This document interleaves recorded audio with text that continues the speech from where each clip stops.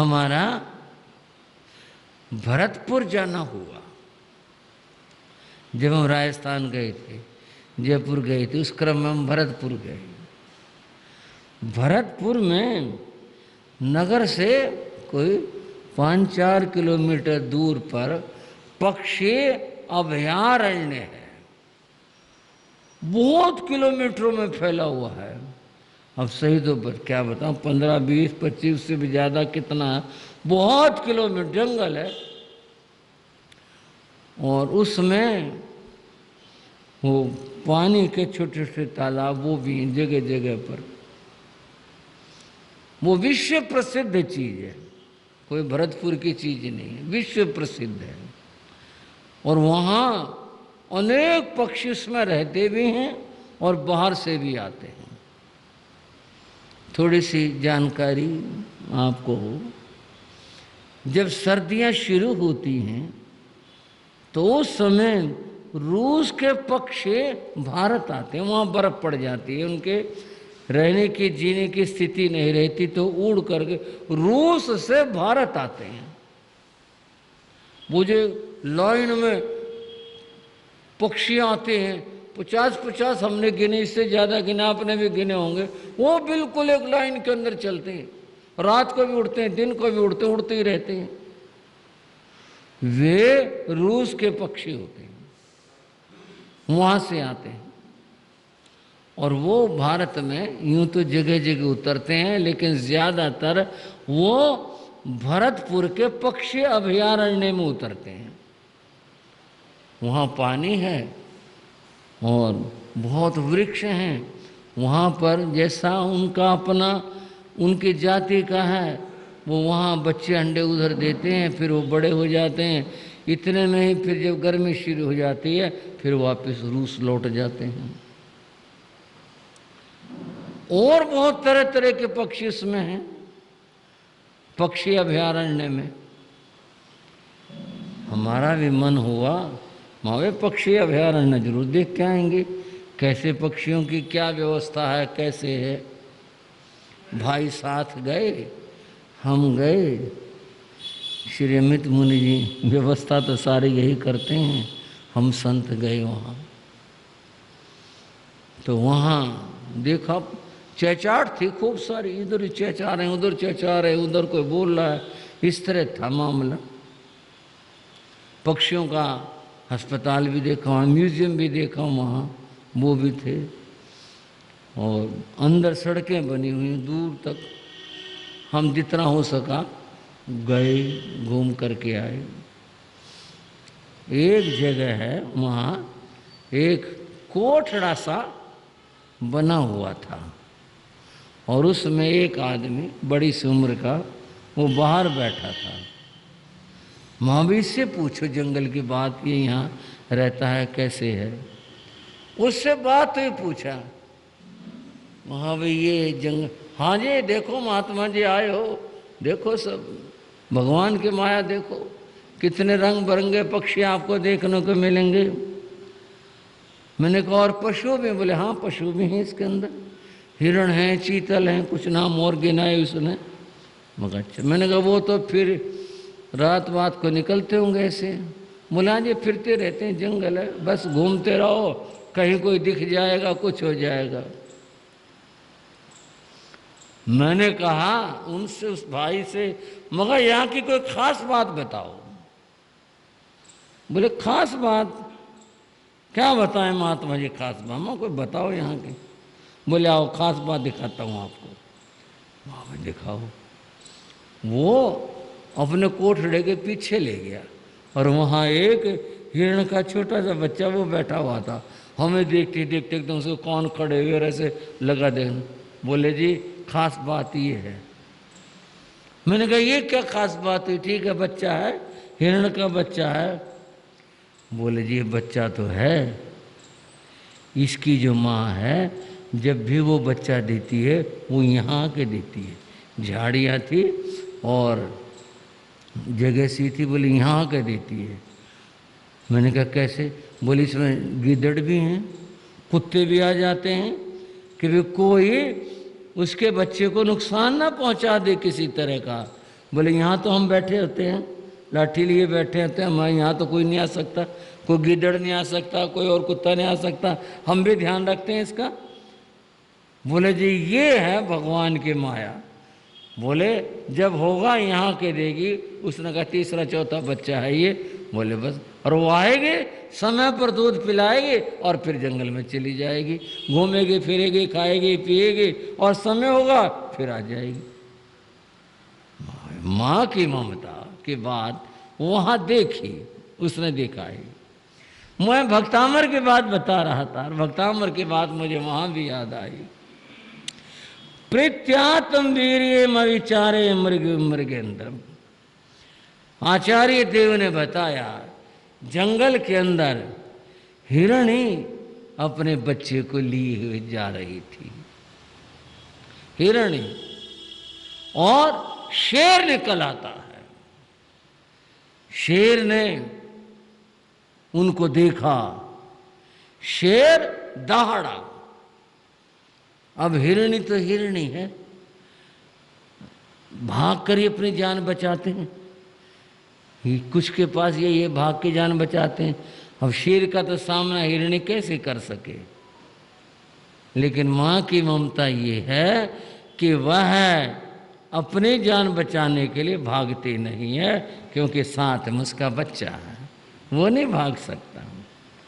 उसके बच्चे को कुछ हो न जाए, ये शेर निकल आया है, इसको कोई नुकसान ना हो जाए, इसलिए यहाँ कहा इस श्लोक के अंदर कि वह ना भेद किमनि शिशु परिपालनार्थम, अपने बच्चे को बचाने के लिए हिरणी खुद आगे हो जाती है।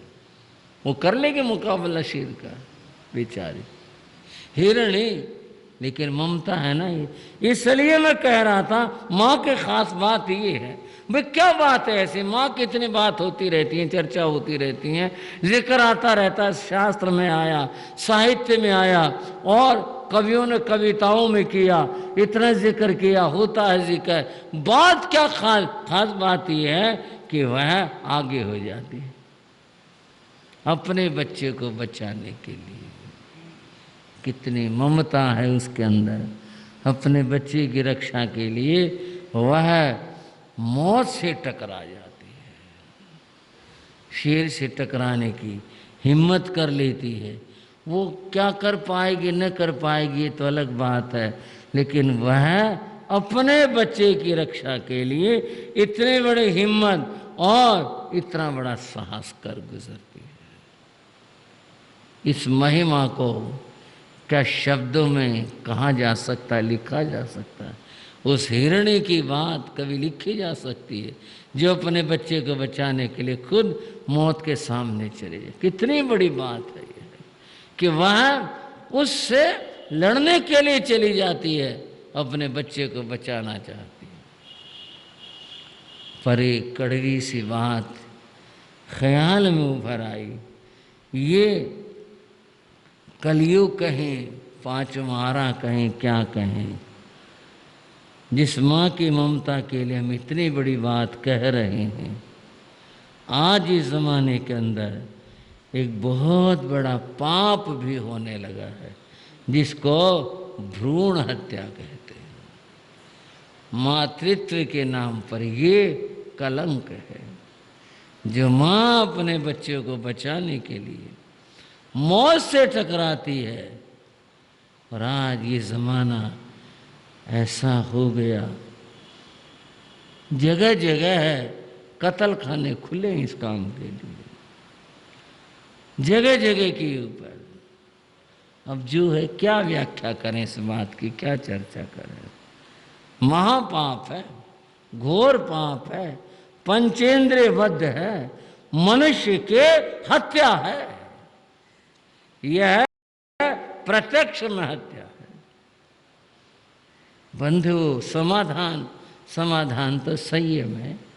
संयम से रहो, विवेक से रहो, विचार से रहो, अपनी ज़रूरत को समझो, और यदि भूल कर बैठे हैं तो फिर इतनी हिम्मत भी रखो कि उसको पाला जाए, उसकी रक्षा की जाए। ये हिम्मत भी होनी चाहिए। माँ का जो फर्ज है वो तो यही है, और अगर ऐसा दुष्कर्म करते हैं, उस मानव की हत्या करते हैं, करवाते हैं, बहुत बड़ा पाप है, भयंकर पाप है, और धर्म के नाम पर तो एक कलंक है, मातृत्व के नाम पर कलंक है। इससे हमेशा बचना चाहिए, कभी किसी को भी ऐसी सलाह नहीं देनी चाहिए। घर में हो, चाहे पड़ोस में हो, चाहे रिश्तेदारी में हो, कभी ये सलाह मत दो इस तरह की। पुनः दोहरा कर ये बात कह रहा हूँ, घोर पाप है, मनुष्य की हत्या है, पंचेंद्रिय वध है।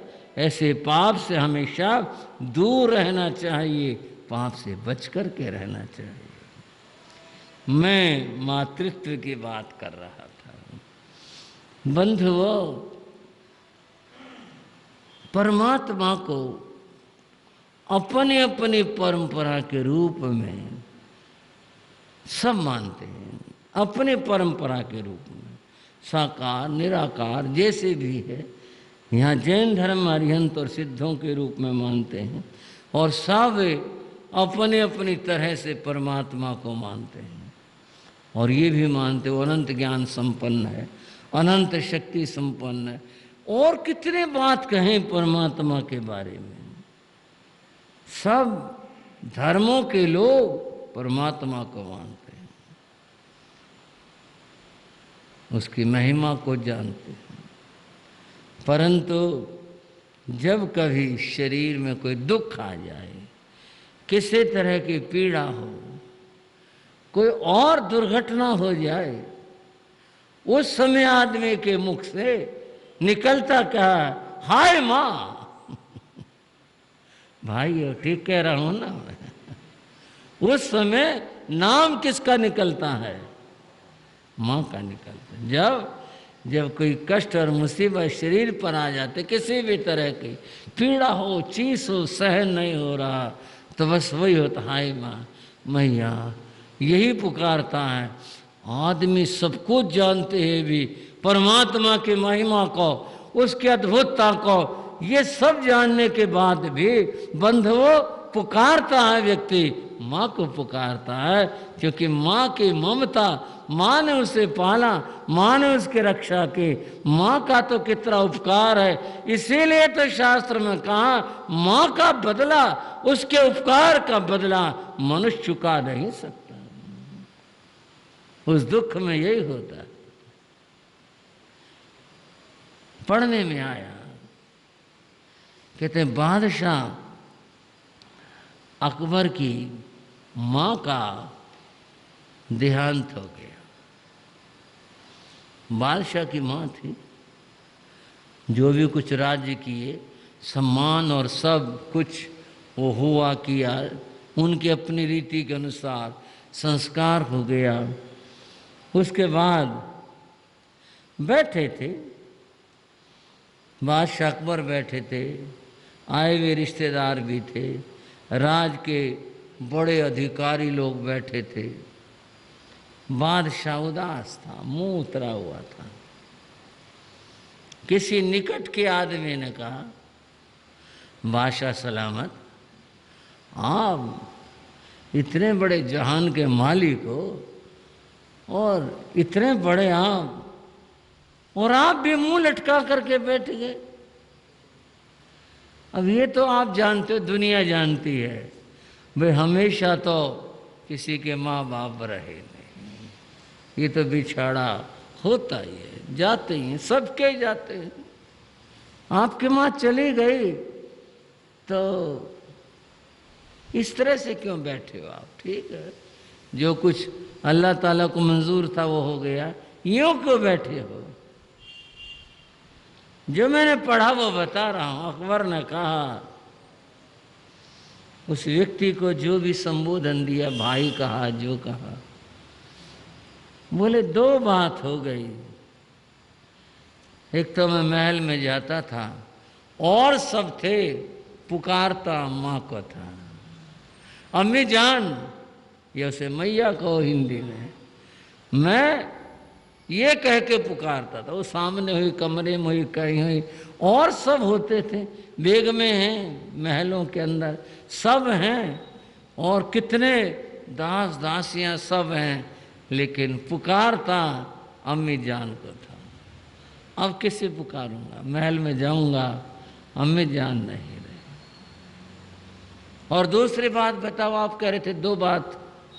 बोले दूसरी बात ये, मेरी अम्मी जान, मेरी माँ मुझे अकबरा कहा करती, मुझे अकबरा कहा करती, जब भी बोलती मुझे अकबरा कहती। जहाँ पना मालिक जहान, बादशाह सलामत, ये सब कहने वाली तो दुनिया पहले भी थी और आज भी है, लेकिन अकबरा कहने वाला अब कोई नहीं रहा। वही थी बस, वही कहा करती। जब भी बात होती, रे अकबरा, अकबरा वो कहती थी। मेरे मन में कभी ये नहीं आया मैं बादशाह हूँ, मैं इतना बड़ा आदमी हूँ, मैं कुछ हूँ। वो अकबरा कहती और मुझे अच्छा लगता था। आज कोई अकबरा कहने वाला नहीं रहा। बस ये दुख है, मैं किसे पुकारूं, इस बात का दुख है। और मुझे इस नाम से, इसमें दुलार था, इसमें प्यार था, इसमें विशेषता थी, बस वो अब कहने वाला कोई नहीं रहा। इसलिए मेरा मन दुखी है। बताओ मैं क्या कहूँ, किससे क्या बोलूँ, ये हो गई।